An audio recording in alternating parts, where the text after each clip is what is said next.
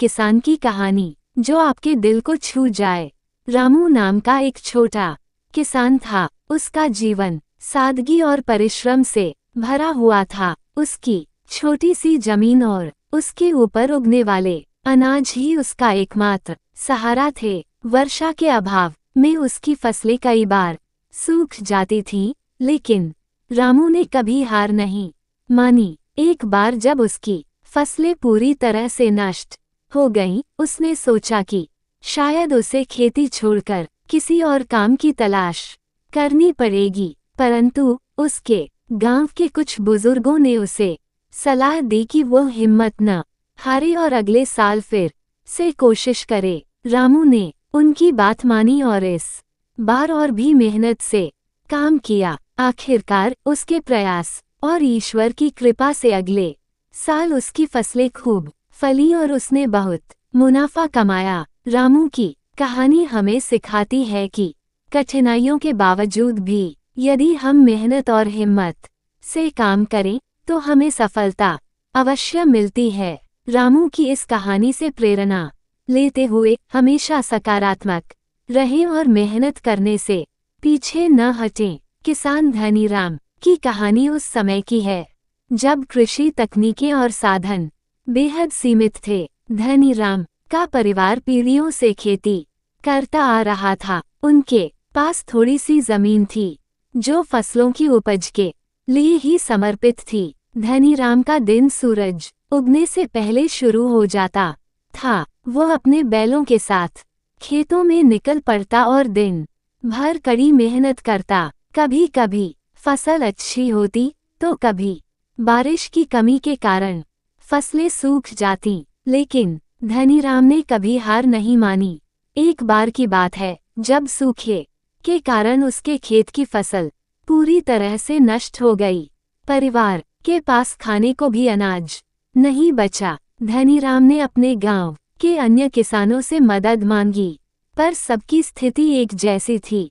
उसने अपनी बीवी के साथ बैठकर सोचा और निर्णय लिया कि अब वे आधुनिक कृषि तकनीकों का सहारा लेंगे। वो और उसकी बीवी दोनों ने गांव से कुछ पैसे उधार लेकर एक छोटा पंप खरीदा और भूमिगत जल निकालकर सिंचाई करने लगे। धीरे धीरे उनकी मेहनत रंग लाने लगी। फसलें अब पहले से अधिक मात्रा में उगने लगीं। धनीराम ने उन पैसों से और भी आधुनिक उपकरण खरीदे और अपनी खेती का दायरा बढ़ाया। आज धनीराम का नाम पूरे गांव में एक सफल किसान के रूप में लिया जाता है। उसकी मेहनत, लगन और नए प्रयोग करने की हिम्मत ने उसे इस मुकाम तक पहुंचाया।